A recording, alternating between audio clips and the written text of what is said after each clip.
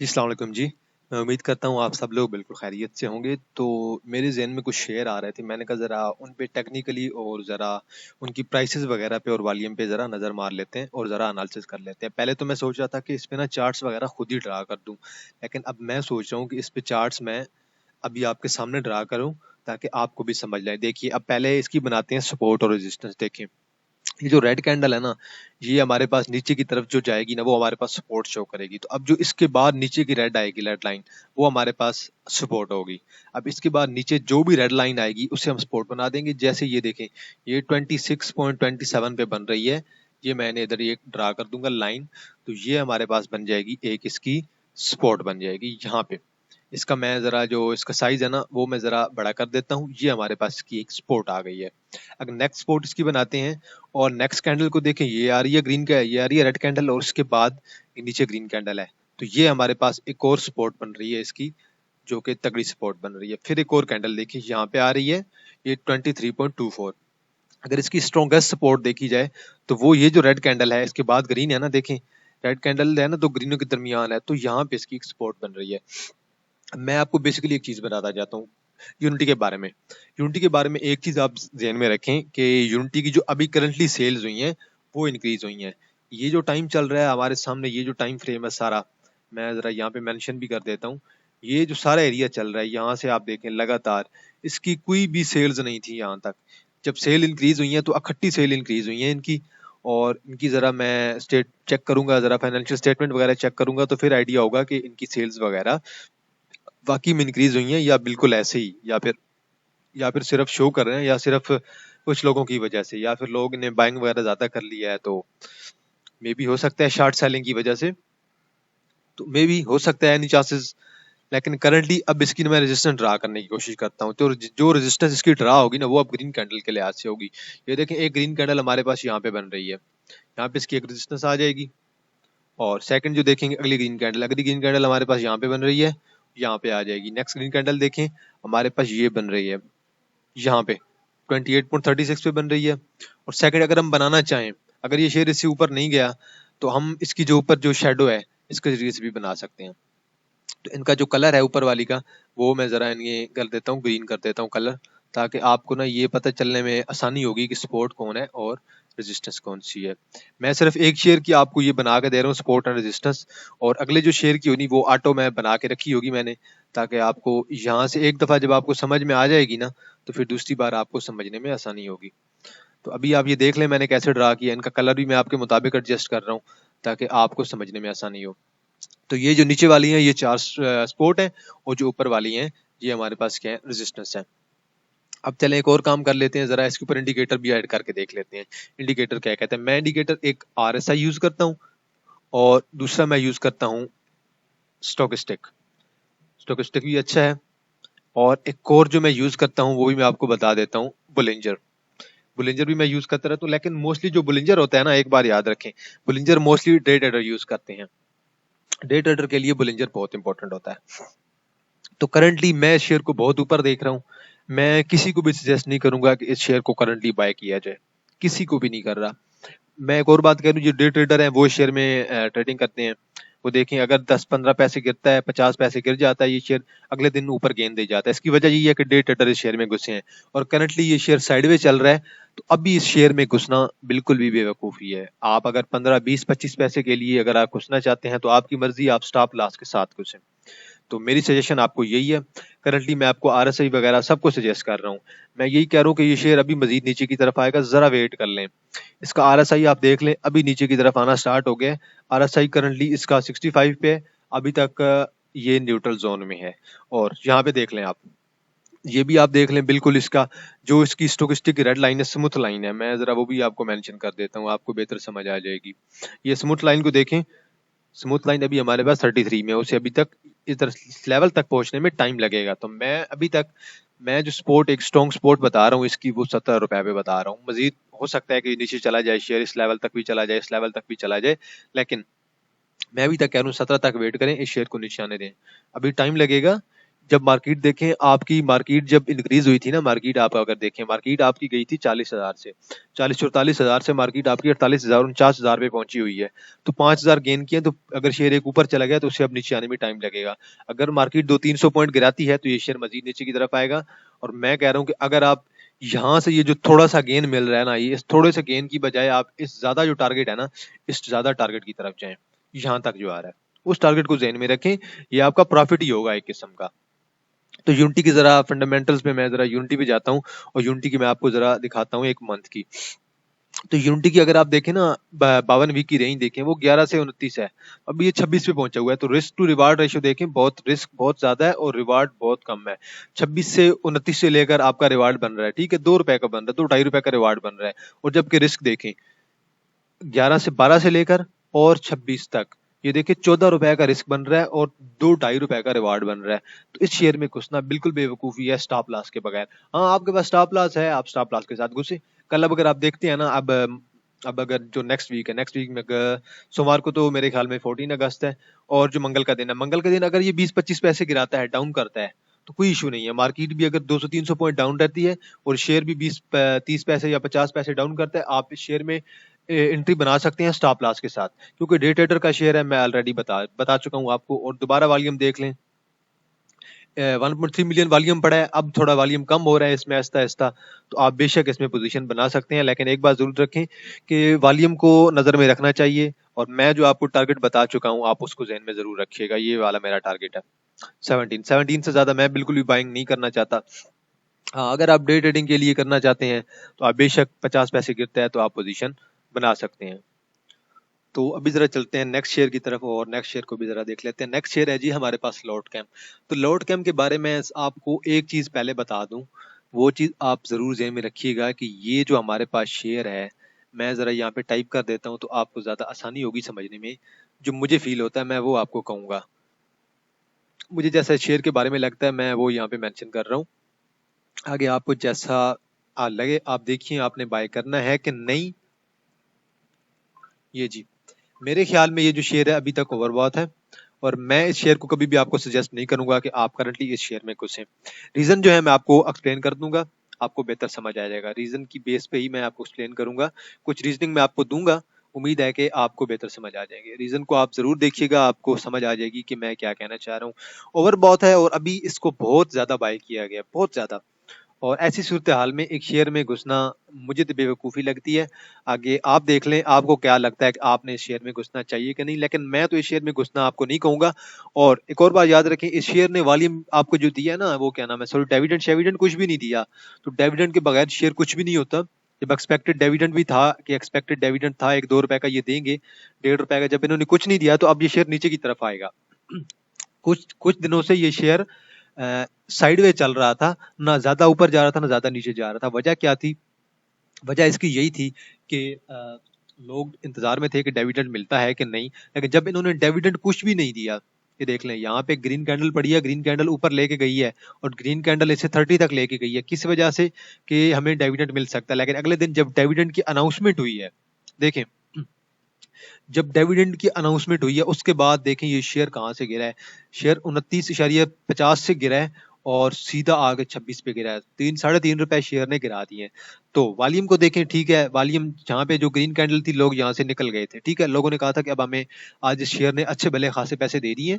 आज शेयर ने हमें 28 से लेकर और 29.5 तक 1.5 रुपया दे दिया, अब हम निकल जाते हैं। लेकिन जो डिविडेंड के चक्कर में थे वो तो मारे गए हैं, उन्हें तो 3 रुपए का लॉस हो गया। तो इसलिए कहते हैं फंडामेंटली स्ट्रॉन्ग कंपनी को चुने। ये कंपनी मेरे ख्याल में ओवरबॉट है, बहुत ज्यादा इस शेयर में इन्वेस्टमेंट हुई पड़ी है, इस शेयर को नीचे आने दें। अगर देखें इसकी, अगर ट्रेंड देखें तो ये साइडवे रहा था, अब ये नीचे की तरफ आएगा। अब ओवरबॉट जो था वो कम हो जाएगा। जब ये 30 के लेवल को यहाँ पे टच करेगा फिर ये ओवरबॉट नहीं रहेगा, फिर ये ओवरसोल्ड की तरफ जाएगा। लेकिन 30 पे भी ओवरसोल्ड नहीं होगा, बल्कि थोड़ा और मजीद नीचे जाएगा तब ओवरसोल्ड होगा। आरएसआई की बात करें, आरएसआई अभी तक 40 पे है, 41 पे है। आरएसआई को अभी 20 तक आने दें। आरएसआई 30 पे भी कुछ नहीं है इस शेयर की। मैं इस शेयर को सजेस्ट करूंगा 24 तक वेट करें और देखें 24 और 25 के दरमियान ये शेयर कैसे रिएक्ट करता है। अभी करंटली इस शेयर को मजीद नीचे की तरफ आना है। एक तो उन्होंने कोई डिविडेंड नहीं पे किया। अब देखें, ये टारगेट जेन में रखें और उसके बाद ये टारगेट जेन में रखें। अब अगली जो 2 कैंडल है, 2-3 कैंडल, वो इसे डाउन यहाँ तक दे सकती हैं। स्टोकेस्टिक को देखें तो स्टोकेस्टिक की जो हमारे पास रेड स्मूथ लाइन है वो हमारे पास 30 पे है और उसे अभी नीचे आने में जरा सा टाइम लग सकता है। अगर लॉर्ड कैम का आप इधर जाके देख लें, एक एनालिसिस छोटा सा देख लें लॉर्ड कैम का, तो आपको मैं जरा लॉर्ड कैम की ना इधर से प्राइस दिखाना चाह रहा था, रेंज दिखाना चाह रहा था कि लॉर्ड कैम की रेंज क्या है। तो लॉर्ड कैम की रेंज मेरे ख्याल में 21 से है 34-35 तक होगी, 21 से 35 की रेंज है। तो ये शेयर मैंने आपको 34 बता दिया जहां पे रिस्क बहुत कम हो जाएगा और प्रॉफिट का मार्जिन ज्यादा हो जाएगा। तो 34 पे आप रिस्क ले सकते हैं, लेकिन थोड़ा सा प्रॉफिट जो है ना वो अगर आपके पास अभी अभी अगर आपके पास शेयर है ना तो आप, मैं तो ख्याल मेरे ख्याल में आपको उसी दिन कल ही निकल जाना चाहिए था मार्केट से, लेकिन कोई नहीं, अब शेयर में बाइंग ना करें बिल्कुल भी ना। अगर बाइंग करना भी चाहते हैं तो स्टॉप लॉस के साथ चलें, लेकिन मैंने आपको अपना टारगेट क्लियर बता दिया है। मजीद कुछ नहीं है शेयर में ज्यादा एक्सप्लेन करने के लिए। ब्लिंजर बैंड लगा के देख लेते हैं। तो ब्लिंजर बैंड मेरे ख्याल में अब सजेस्ट कर रहा होगा कि बाइंग की जाए, लेकिन जो डिविडेंड उन्होंने नहीं दिया वो हमें सजेस्ट नहीं कर रहा। देखें ब्लिंजर बैंड की जो हमारे पास लोअर लाइन थी उसको क्रॉस करके नीचे आ गया है। अब नेक्स्ट जो स्पोर्ट है वो मैंने आपको क्लियरली बता दिया है, वो 24.90 या 25 कर लें, 25 की स्पोर्ट है, उसके बाद 24 की स्पोर्ट है। देखिए अब 25 पे आएगा कैसा रिएक्ट करता है। अगर 25 पे आके ये स्टेबल कर जाता है और वॉल्यूम बढ़ने लग जाता है तो फिर बाइंग ना कीजिएगा, फिर आप बाइंग कर लीजिएगा, सॉरी। और अगर 25 पे आके ये मजीद नीचे की तरफ जाता है, अगर ये क्लोजिंग 25 से नीचे की देता है की तरफ देता है तो फिर 24 का टारगेट सपोर्ट क्लियर हो जाएगी। नेक्स्ट शेयर पे चलते हैं। नेक्स्ट शेयर है जी सरल। अब मैं आपको एक चीज आपको पहले बता देता हूं, जो भी कंपनी हो, अगर चाहे कंपनी जैसी भी है, कंपनी अच्छी है बुरी है, कंपनी हमेशा राइट शेयर हो गए और या फिर बोनस शेयर हो गए, वो तभी ही देती है जब कंपनी के पास पैसे नहीं होते हैं। कंपनी को या तो बिजनेस एक्सपेंड करना होता है या तो कंपनी को कोई कर्जा वगैरह चुकाना होता है। तो एक बार जरूर याद में रखें, राइट शेयर जब भी कंपनी इशू करती है, चाहे कोई भी कंपनी इशू करे, उसका हमेशा से लॉस ही होता है। मेरे ख्याल में आज तक कोई ऐसी कंपनी नहीं है जिसने राइट शेयर दिए हो और उसने अच्छा परफॉर्म किया हो। बेशक आप हिस्ट्री में कोई भी कंपनी उठा के देख लें, आगे आपकी मर्जी, आपको कोई अच्छी लगती है कंपनी, आप उसकी बेस पे आप उसे कहने लग जाएं कि नहीं भाई ये कंपनी बहुत अच्छी है, ऐस तुम आप गलत कह रहे हैं, तो आप कह सकते हैं बेशक मुझे गलत, लेकिन मेरा मानना अलग है, आपका मानना अलग है। अगर आप मेरी बात से रजामंद हैं तो ठीक है, अगर नहीं है तो आप अपनी राय को भी आप अपने एक राय बना सकते हैं, लेकिन मेरा मानना तो यही है।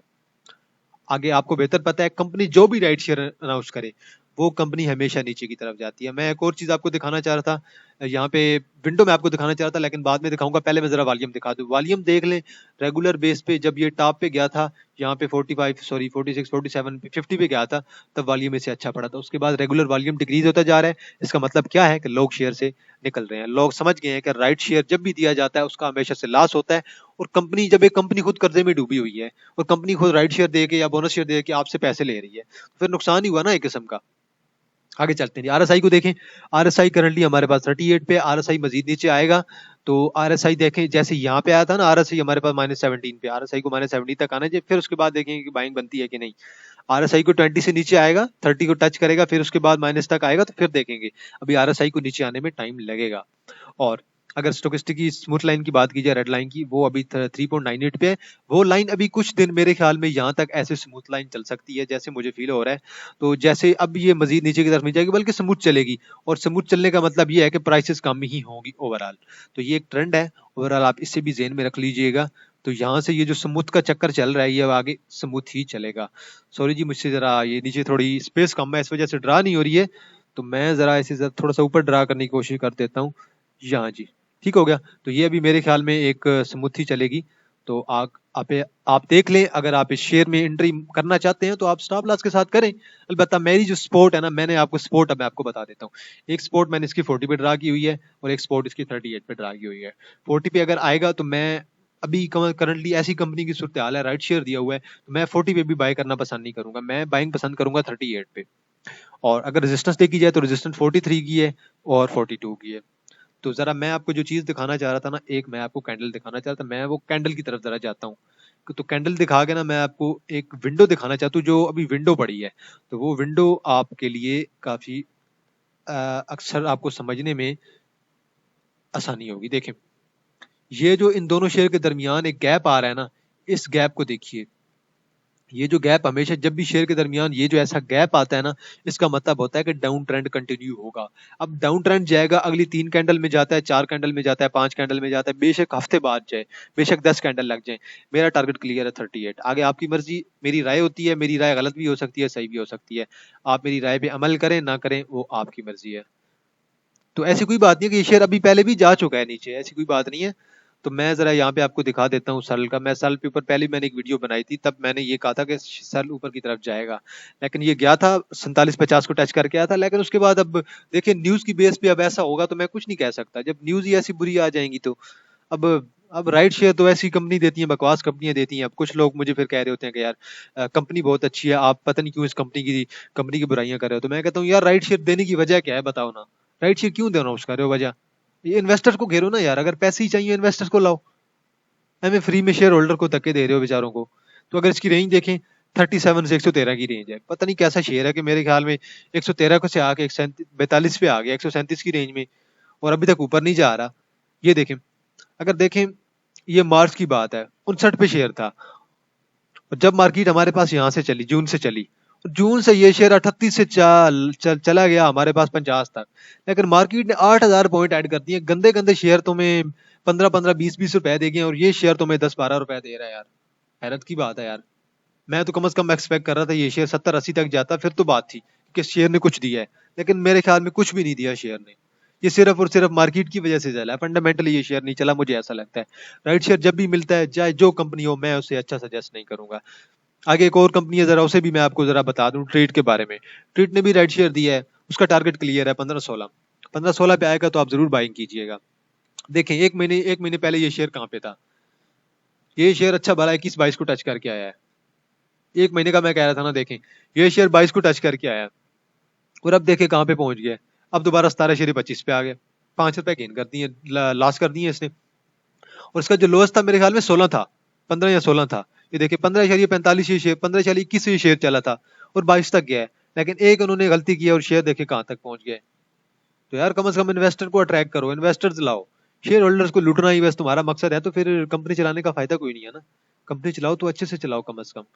तो मैं यही कह रहा हूँ कि ट्रेड कारपोरेशन वाले कम से कम इन्वेस्टर्स लाओ, और ये राइट शेयर और बोनस शेयर से ग्रेज ही करो। तो अभी तक मैंने टेक्निकल एनालिसिस तो ड्रा नहीं किया ट्रेड पे, लेकिन चले मैं जरा इसी के ऊपर सरल का मैं आपको बता रहा था, तो सरल मैंने आपको क्लियर कर दिया है।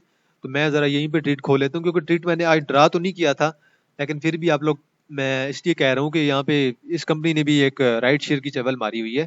तो यहाँ पे ये जो देखें इतनी बड़ी विंडो पड़ी है इस शेयर को भी, अब ये जो विंडो पड़ी है इस विंडो का असर तो होगा ना। अब विंडो का असर कहाँ तक जाता है वो अब देखें, कहाँ तक जाता है।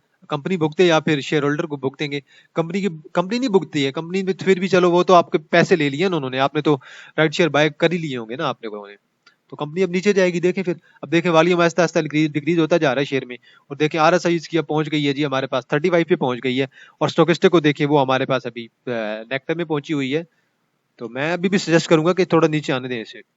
मैं अभी भी बाइंग लेवल जनरेट नहीं करवा रहा आपसे, करो जरा वेट करें इसकी। ये जो मैं स्पोर्ट आपको बना के दे रहा हूँ स्पोर्ट पे वेट करें। अलबत्ता आपको लगता है कि मैं गलत हूँ, मेरा आइडिया गलत है, तो आप कहीं भी बाइंग कर सकते हैं। मैं अपना आइडिया बताता हूँ, मैं कभी भी ये नहीं कहता कि मैं बिल्कुल ही सच्चा हूँ, मैं फरिश्ता हूँ, बिल्कुल भी नहीं। मैं भी इंसान हूँ, मुझसे भी गलतियां होती हैं। मैं अपना एनालिसिस बताता हूँ, आपको अच्छा लगे आप उसे फॉलो करें, अच्छा ना लगे आप बिल्कुल भी फॉलो ना करें। मैं तो ये वाली स्पोर्ट बनाए बैठा हूँ, इस स्पोर्ट पे जाए तो जरूर बाइंग कीजिएगा। और फिर इस स्पोर्ट पे भी देखना है, स्पोर्ट पे भी कैसा रिएक्ट करता है। अभी जो बुलिंजर बैंड हमारे पास इतना गहरा हो रहा है ना, इतना इसकी चौड़ाई बढ़ती जा रही है, ये मजीद अब नीचे की तरफ हमारे पास आने वाला है। देखते जाएं, अभी आप इस शेयर को देखते जाएं। जब भी राइट शेयर आप देते हैं तो ऐसे ही होता है, और मैं तो राइट शेयर के खिलाफ इसी वजह से हूँ। राइट शेयर तो बिल्कुल भी नहीं देना चाहिए। अगर आपने लूटना ही है तो इन्वेस्टर्स को अट्रैक्ट करो ना यार। अट्रैक्ट इन्वेस्टर्स को आप अट्रैक्ट नहीं कर पा रहे हो। अब लोग इस शेयर से निकल रहे हैं ऑलमोस्ट। ये देखें, ये जब कैंडल पड़ी है ना दो, ये कैंडल देखें, ये कैंडल रेड पड़ी है, लोग इससे निकल गए हैं। ये रेड पड़ी है, लोग कितने निकल गए हैं इस शेयर से। अचानक वॉल्यूम पड़ा है 5-6 मिलियन का, 6 मिलियन लोगों इकट्ठे इस शेयर में से निकल गए हैं। हालांकि इसमें मैक्सिमम वॉल्यूम ही 7-8 मिलियन का पड़ा हुआ है, 7-8 मिलियन का वॉल्यूम पड़ा हुआ है, तो लोग इस शेयर में से निकल गए हैं। तो आपको भी ये सजेस्ट करूंगा कि आप वेट करें जरा, देखें ये शेयर 15 पे जाता है, और फिर देखें 15 से 15.5 के दरमियान या 16 पे से देखिएगा कैसा रिएक्ट करता है। अभी करंटली इसमें बाइंग ना की जाए, बिल्कुल भी ना सरल में की जाए ना इस शेयर में की जाए। और अगर आप सेल को डिफेंड करना चाहते हैं तो आप खुद करिए, बेशक मुझे इस बारे में बात ना कीजिए। कुछ लोग फिर कह रहे होते हैं कि आप टीआरजी को क्यों डिस्कस कर रहे होते हैं। टीआरजी देखें ना, टीआरजी बेशक इंटरेस्ट रेट जितना हो मुझे उससे कोई फर्क नहीं पड़ता, चाहे जो भी हो। टीआरजी कंपनी फंडामेंटली स्ट्रॉन्ग है कि नहीं वो बात की बात है। मैं सिर्फ ये सजेस्ट कर रहा हूँ कि आप इस शेयर की रेंज देखें, 86 से लेकर 152। इस शेयर में एक महीने में कितना दिया, मैं सिर्फ आपको वो दिखा रहा हूँ। कम से कम सल जैसी कंपनी से तो मैं ग्रेज करता हूँ ना। देखें ये एक महीने, सॉरी 6 महीने का सोचें, 1.5 महीने पहले की जो थी ना इस शेयर की प्राइस, वो आपके सामने थी 87। 87 से ये शेयर हमारे पास गया है 108 पे। अब देख लें, 13 और 8, कम से कम 21-22 रुपए का गेन इस शेयर ने आपको दिया है, और अब भी आप कह रहे हो ये शेयर अच्छा नहीं है। तो आगे आपकी मर्जी, आप इसमें ट्रेडिंग करें या ना करें। बेशक फंडामेंटली स्ट्रॉन्ग नहीं है, बेशक डिविडेंड नहीं देता है, लेकिन मैं एक लिहाज से शेयर को सजेस्ट करता हूँ। वो वजह ये है कि ये शेयर डे ट्रेडिंग के लिहाज से, डे ट्रेडर्स में अच्छा वॉल्यूम डालते हैं। अब ये भी देख लें, 2.5 मिलियन का वॉल्यूम अभी पड़ा हुआ है इसे, डाउन कितना हुआ है 0.60, और वॉल्यूम कितना बढ़ गया है, अभी भी इसे वॉल्यूम अच्छा खासा पड़ रहा है। तो जो एक महीने की है ना, 6 महीने की मैंने आपको जो टारगेट्स की सपोर्ट बताई हुई थी, मैंने कहा था कि आपको 90 से 95 के दरमियान जो बनती है ना, उस एरिया पे अगर जाता है तो अच्छी बात है। अगर 96 पे भी जाता है बाय कर लें। 90 से 95 के दरमियान जब आता जाएगा एवरेजिंग करते जाइएगा। अच्छा शेयर है, 90 तक ही जाएगा। 90 तक गया तो आपको, 90 से 100 पे गया, आपको 100 रुपए का शेयर 10 रुपए का गेन दे रहा है, 10%। आपको और क्या चाहिए बताएं मुझे। कंपनी का फंडामेंटल्स को छोड़ें। अभी मार्केट जब नीचे जाएगी ना, तो ये शेयर 90 को आसानी से चेक करेगा, इंशाल्लाह रीच करेगा, सपोर्ट पे जाएगा 90 की सपोर्ट पे। आप जरा वेट करें और जरा इस शेयर को नीचे आने दें।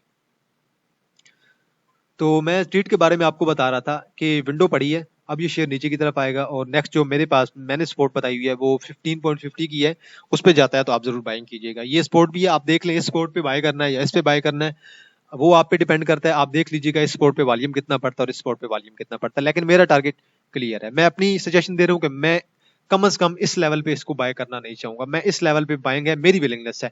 मैं गलत हो सकता हूँ, ठीक भी हो सकता हूँ, वो आपकी आपकी मर्जी, आप अपना ज़हन रखते हैं। आपको खुद पता होना चाहिए कि जब भी राइट शेयर या बोनस शेयर दिए जाते हैं उसका क्या इफेक्ट होता है। बाकी आप खुद देख लें। अगले शेयर पे चलते हैं जी, पीआरएल। काफी लोग कह रहे थे पीआरएल के बारे में। पीआरएल ने हमारे पास तकरीबन 5 कैंडल अब नेगेटिव की दे चुकी हैं। ओवरऑल जो पीआरएल का अगर ट्रेंड देखा जाए ना, तो वो नीचे की तरफ आ रहा है। अगर इसकी आरएसआई देखें तो आरएसआई हमारे पास 49 पे है, और स्टोकेस्टिक को अगर देखा जाए तो स्टोकेस्टिक हमारे पास अभी 21 पे आ गई है। मे भी थोड़ा सा साइडवे चल सकती है, लेकिन शॉर्ट टर्म के लिए अगर मैं कहूँ तो ये ऊपर भी जा सकती है। उसकी वजह ये है कि इस शेयर में वॉल्यूम अच्छा पड़ जाता है। अब देखिए वॉल्यूम इस शेयर में डिक्रीज होता जा रहा है, लेकिन ये जो 4-5 कैंडल इसे पड़ी है ना, ये देखिए इस कैंडल पे पड़ा है 35 मिलियन वॉल्यूम, उससे अगली कैंडल पे फिर डाउन हुआ है, वॉल्यूम पड़ा है तकरीबन हमारे पास 18 मिलियन, 19 मिलियन। अगली कैंडल में फिर तकरीबन डाउन ही था। ऐसी छोटी सी कैंडल को मैं तो ग्रीन कैंडल नहीं करूंगा, ओवरऑल ट्रेंड की बात कर रहा हूँ। 11-12 मिलियन, फिर अगले दिन 12 मिलियन दोबारा पड़ गया, और आखिरी दिन फिर जो अभी हमारे पास जुम्मा गुजरा है तकरीबन 6 मिलियन दोबारा पड़ गया। तो ये शेयर कल परसों थोड़ा सा ऊपर जा सकता है, कोई कोई बात नहीं है, ऊपर जाता रहता है। क्योंकि शेयर जो होता है ना, हमेशा एक बात जरूर याद रखिए, शेयर जो भी होता है वो हमेशा जिगजैग में मूव करता है। तो जिगजैग जो मूवमेंट होती है ना, वो उसे याद रखा करें। अगर शेयर ऊपर भी जाता है तो शेयर एक तरीके से ऊपर जाता है, वो चीज जरूर में ध्यान में रखिएगा। शेयर ऊपर जाएगा, ऐसे ऊपर जाएगा, लेट्स सपोज, फिर शेयर यहीं से दोबारा नीचे की तरफ आएगा, और मे बी जरा उससे थोड़ा नीचे आएगा, फिर अगर शेयर जरा सा ऊपर जाएगा, फिर और फिर शेयर ने अगर नीचे आना है तो फिर शेयर जो अपनी नेक्स्ट सपोर्ट बताएगा वो थोड़ी सी और नीचे बनाएगा, फिर मजीद ऊपर की तरफ जाएगा, और फिर जो अपनी नेक्स्ट सपोर्ट बनाएगा वो थोड़ी सी और नीचे बनाएगा। तो ये जिगजैग मूवमेंट होती है, तो इस जिगजैग मूवमेंट को जरूर ध्यान में रखिएगा। तो शेयर मजीद अगर थोड़ा सा ऊपर नीचे जाता भी है तो कोई बात नहीं है, फिर मजीद नीचे की तरफ आ जाएगा। ओवरऑल जो ट्रेंड है वो अभी डाउन ट्रेंड है। आरएसआई को देखें, आरएसआई अभी 50 है, तो अभी कंफर्म नहीं है कि ये ऊपर की तरफ जाएगा या नीचे की तरफ जाएगा। देयर इज पॉसिबिलिटी कि ये नीचे की तरफ जाए, लेकिन करंटली जरा वेट कर ले, नेक्स्ट कैंडल का देखिए नेक्स्ट ये कहाँ की तरफ जाता है। और नेक्स्ट जरा केएससी 100 पे भी नजर रखिए। अगर केएससी 100 हमारे पास नीचे की तरफ जाता है तो ये शेयर नीचे की तरफ जाएगा, और फिर मैं आपको सजेस्ट करूंगा कि आप इस सपोर्ट का वेट करें 13.40 पे या 13.90 या फिर 40 की रेंज है, आप 40 से 14 कंसिडर कर लें। और उसके बाद जो सपोर्ट है एक 13.25 की है, 13.25 आप कंसिडर कर लें। लेकिन बेसिकली ये जो सपोर्ट होती है ना, एक रेंज होती है, मैं आपको ये दोनों रेंज बता रहा हूँ, 14 और 13, इसके दरमियान आप बाइंग कीजिएगा। मैं तो एक बेसिकली मैंने एक पॉइंट बता दिया ना, लेकिन इनके दरमियान आप कहीं भी बाय कर सकते हैं। लेकिन मैं आपकी बेहतरी के लिए आपको, ताकि पॉइंट समझ आ जाए कि सपोर्ट कौन सी बन रही है, मैं इसलिए ड्रा कर देता हूँ। अभी देखना है कि अभी इसने क्लोजिंग दिया 16.69 पे। अब एक जो चीज मैं आपको बता दूं, आपने देखना है कि ये जो हमारे पास एक सपोर्ट बन रही है, इस सपोर्ट को अगर इसने तोड़ दिया अगले दिन में, तो फिर जो नेक्स्ट टारगेट होगा वो मेरे ख्याल में हमारा 15 तक आ जाएगा। नेक्स्ट टारगेट हमारा 15 तक आ जाएगा, यहां तक आ जाएगा। अगर अगर इसने कल इसे इस सपोर्ट को ना तोड़ा तो फिर ये शेयर मजीद ऊपर की तरफ जाएगा। मैं दोबारा रिपीट कर दूं, शेयर की नेक्स्ट सपोर्ट बन रही है हमारे पास 16.30, 35, 32 पे। अगर नेक्स्ट कैंडल यहाँ पे इस शेयर को, इस चीज को यहाँ से ब्रेक कर देती है तो ये नीचे की तरफ जाएगा, फिर इसकी जो सपोर्ट बनेगी हमारे पास 15 पे बनेगी। मैं जरा एक और इसकी सपोर्ट ड्रा कर देता हूँ, आपको समझने के लिए आसानी हो जाएगी। तो मैं जरा यहाँ पे 50 पे ड्रा कर देता हूँ ना, तो आपको जरा एक समझने में कुछ आसानी हो जाएगी। तो ये जी 15 पे, अगर इस लेवल को कल इसने ब्रेक कर दिया तो फिर टारगेट हमारे पास 15 का है। अगर इसको ब्रेक ना किया तो मजीद ऊपर की तरफ जा सकता है। इस चीज को जरूर ध्यान में याद रखिएगा। ये मैं शॉर्ट टर्म की बात कर रहा हूँ, लॉन्ग टर्म के लिए मेरे ख्याल में शेयर को मजीद नीचे की तरफ आना चाहिए। अगर टीआरजी की आप रेंज देखें ना, ईयरली रेंज, तो मेरे ख्याल में इसकी रेंज यही है, 13-12 से लेकर और यहाँ तक जो कही 18-19 तक है। लेकिन एक दफा आप यहाँ पे पीआरएल की रेंज देख भी लें ताकि आपको आसानी हो जाए समझने में। तो ये देखें, पीआरएल को मैं जरा डिस्कस भी कर देता हूँ। तो पीआरएल की जो रेंज है ना वो है 11.83 से 20 तक, तो 20 तक जा सकता है। अभी इस शेयर में जो रिस्क टू रिवार्ड है वो 1:1 है। तो करंटली इस शेयर में रिस्क भी है और रिवार्ड भी है। तो आप बेहतर समझते हैं, रिस्क रिवार्ड जब रेशो 1:1 हो, इसका मतलब ये होता है कि अब 50-50% चांसेस हैं। 50% आपको लॉस हो सकता है, 50% मुनाफा हो सकता है। आपकी मर्जी है आप ट्रेड लेना चाहें या ना लेना चाहें, लेकिन मैं ट्रेड नहीं लेना चाहूंगा। लेकिन एक और बात है, शेयर की न्यूज आती है, अगर न्यूज अच्छी आती गई तो फिर मार्केट अप जाए या डाउन जाए कोई फर्क नहीं पड़ेगा, ये शेयर ऊपर की तरफ जाएगा। तो इस चीज को भी आप लोगों ने ज़हन में जरूर रखना है। न्यूज अच्छी आए, मार्केट ऊपर जाए या नीचे जाए, न्यूज अच्छी हो ये शेयर ऊपर की तरफ जाएगा, कोई शक नहीं है इस चीज में। रिफाइनरी पॉलिसी की आपको पता है, ऑलरेडी न्यूज आ रही है। आगे एनसीपीएल, निशात चुनिया पावर लिमिटेड। एक बात याद रखें, ये निशात चुनिया पावर लिमिटेड निशात वालों का शेयर है, मियां मंशा साहब का शेयर है। इस शेयर ने जो गेन दिया हुआ है आपको, वो 12 से 13 से लेकर आपको दिया है जी 23 रुपए का। तो मेरे ख्याल में ये शेयर आपको 10 रुपए का गेन दे चुका है। अब अगर अभी भी आप इस शेयर में एंट्री लेना चाहते हैं, मैं तो नहीं कहूंगा आप एंट्री ले। हाँ, अगर आप डिविडेंड के चक्कर में जाना चाहते हैं तो फिर ये शेयर मजीद ऊपर की तरफ जा सकता है। ये शेयर मजीद इसलिए ऊपर की तरफ जा सकता है, इसकी वजह यह है कि जो हमारे पास एलपीएल है, एलपीएल मैं आपको वो दिखा दूं, सॉरी मैं जरा उनको आपको डिविडेंड दिखा दूं।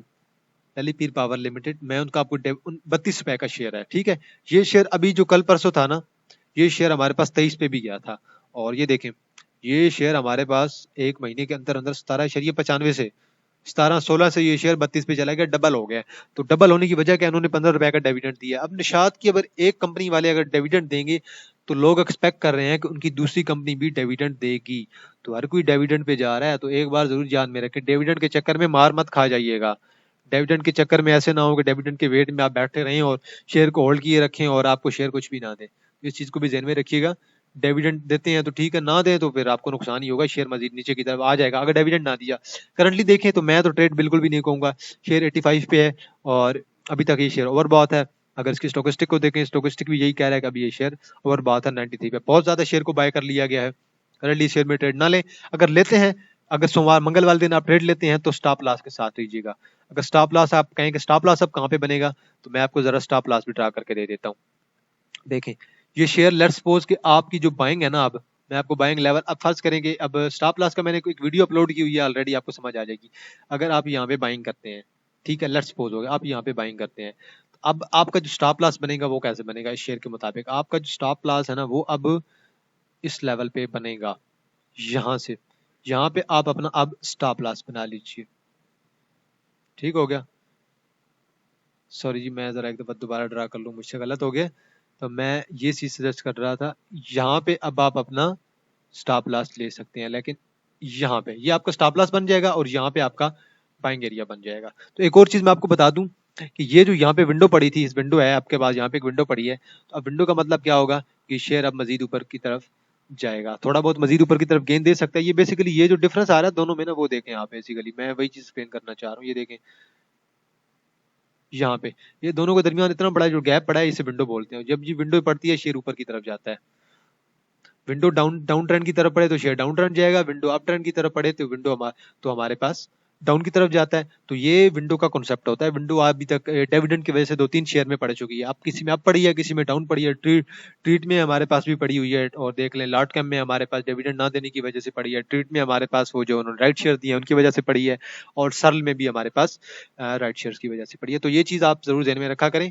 तो डिविडेंड की वजह से लोग इसमें बाइंग कर रहे हैं और अभी तक ओवर बहुत है। मैं तो अभी इसका ना तो आपको कोई मैं सपोर्ट ऐसी खास ड्रा कर रहा हूँ, लेकिन मैं सपोर्ट फिर भी मैंने सजेस्ट कर दी है 19 और 19 की, लेकिन अभी देखें लोग बाइंग कर जा रहे हैं, लोग वेट में है कि ये शेयर ऊपर की तरफ जाएगा। तो मैं तो अभी करंटली बाइंग लेवल आपको जनरेट नहीं कर रहा, आप बाइंग ना करें मेरी तरफ से, आगे आपकी मर्जी। अगर आप बाइंग करते भी हैं, अगर आप ये देखें विंडो की बेस पे अगर आप बाइंग करते हैं तो फिर एक बात जरूर याद रखिएगा, ये शेयर ऊपर की तरफ जाता है तो कल आप स्टॉप लॉस के साथ चलें, आपको अगर नुकसान हो गया तो फिर मैं इस चीज की गारंटी नहीं दूंगा कि आपको कोई नुकसान हो गया है।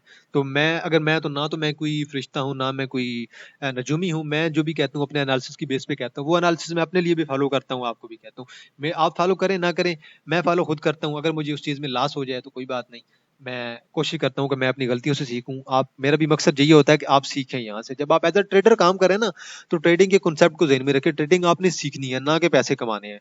ये उम्र आपकी, अगर आप देखें आपकी उम्र 20 साल है, 22 साल है, आपकी उम्र पैसे कमाने की नहीं है। आप 30 साल के हो जाएंगे, आप ट्रेडिंग अगर सीख गए ना तो आप खुद ब खुद लाखों में कमाएंगे, आपको कोई टेंशन नहीं होगी। पहले कम से कम आप ट्रेडिंग को सीखें। मैं भी सीख रहा हूँ, मैं खुद एज अ स्टूडेंट हूँ। मैं अगर आपको कोई चीज एक सजेस्ट कर देता हूँ तो उसमें गलती हो सकती है। गलती होती है तो आप कमेंट सेक्शन में मुझे बता दिया करे, भाई ये बात आपने गलत कही है, ये कॉन्सेप्ट आपको सही नहीं आता, मुझे आता है। तो आप उस चीज को एक्सप्लेन कर दिया करें। तो ये कुछ शेयर थे मेरे ज़हन में आ रहे थे, तो मैंने कहा जरा इन पे एनालिसिस कर दिया जाए। बाकी जो शेयर, जो लोग आपने जो भी कमेंट में मेंशन किए थे, आप लोगों ने काफ़ी इस वीडियो, जो आपने लेटेस्ट वीडियो है ना, आपने उस पे बहुत ज़्यादा कमेंट किए हुए हैं और आपने काफ़ी ज़्यादा सजेशन दी हुई है। स्पेशली इस वीडियो में आपने बहुत ज़्यादा मेंशन कर दिए। कमेंट्स आपने बताए हुए हैं कि इस वीडियो पे, इस स्टॉक पे बनाएं, इस पे बनाएं। तो मैंने देखा हुआ है, मैंने कल इंशाल्लाह उस पे वीडियो बनाऊंगा। और ये मैंने आपके लिए एक स्टॉप लॉस की वीडियो बनाई है। एक भाई ने स्टॉप लॉस के बारे में पूछा था, तो मैंने स्टॉप लॉस के बारे में वीडियो एक बना दिया। आप स्टॉप लॉस की इस वीडियो को देख सकते हैं, आपको बेहतर समझ आ जाएगा स्टॉप लॉस कैसे ड्रा करते हैं। और मैंने इसके अंदर सपोर्ट और रेजिस्टेंस भी ड्रा करना सिखा दिए है। तो ये लेक्चर 12 है, जो मेरी एक मैं एक प्ले लिस्ट चला रहा हूँ, आपको पता होना चाहिए कि स्टॉक मार्केटिंग की ना, मैं एक प्ले लिस्ट मैंने बनाई हुई है। तो मैं, सॉरी जी, अक्सर मैं कभी कभार वेला होता हूँ तो ड्रामे जरा कुछ देख लेता हूँ, तो जैसे मुझे बेहतर लगता है। तो मैं जरा आपको दिखा रहा था, ये मैं आपको दिखा रहा था कि PSX कंप्लीट कोर्स की ना मैंने एक चलाई हुई है। तो इसके ऊपर जो अस्सलाम भी वालेकुम इसके गाइस। अंदर तो अंदर आज मैं वीडियोस आपके है लिए ना, आप लेके आया इसके हूँ अंदर से कोई भी स्टॉक वीडियोस मार्केट। उठा के देख सकते हैं। तो अभी इसके अंदर जो प्लेलिस्ट के अंदर वीडियोस हो गई हैं वो आप देख लें, 10 से 11 वीडियोस हो गई हैं। तो मैं भी कोशिश कर रहा हूँ कि हफ्ते में इसके अंदर 2 से 3 वीडियो अपलोड करूँ, ताकि ये जो कोर्स है वो जल्दी से जल्दी कंप्लीट हो। इसके अंदर IPO हो गया, और डिमांड हो गया, सप्लाई हो गया, कौन सा आपने ट्रेडिंग ऐप यूज करना है, मैंने इसके अंदर सारी चीजें एक्सप्लेन की हुई हैं। तो आप जाके ये चीजें देख सकते हैं। तो आज के एनालिसिस के लिए इतनी मैंने कुछ शेयर जो चूज किए थे, 5-6 बहुत हैं। तो अगर आपके ज़हन में कोई और शेयर हुआ तो अभी मेरे ख्याल में आपने तो काफ़ी शेयर बता दिए, उन पे मुझे अभी कल की वीडियो में मुझे लगता है 2-2.5 घंटे लग जाएंगे चार्ट बनाने में, एक्सप्लेन करने में। तो आज के लिए इतना है जी। इंशाल्लाह आपके साथ दोबारा मुलाकात होगी एक नई वीडियो के साथ। तब तक अपना ख्याल रखिएगा। अल्लाह हाफिज़।